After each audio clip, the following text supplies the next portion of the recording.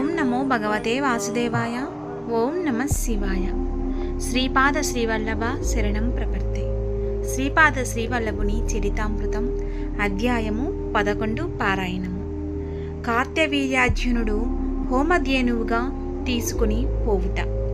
ఒకనాడు కార్తవీర్యార్జునుడు తన చతురంగ బలాలతో కూడి రథమును ఆసీనుడై ఉండి భూమండలమంతా విహారం చేసి తిరిగి తన రాజధానికి పోవుచున్నాడు.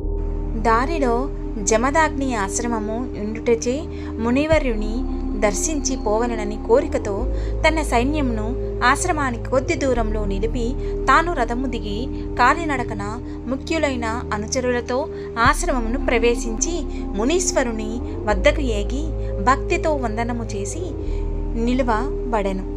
అతడి వినయమును మునీశ్వరుని పట్ల కనబరిచిన భక్తిని సంతసించి జమదాగ్ని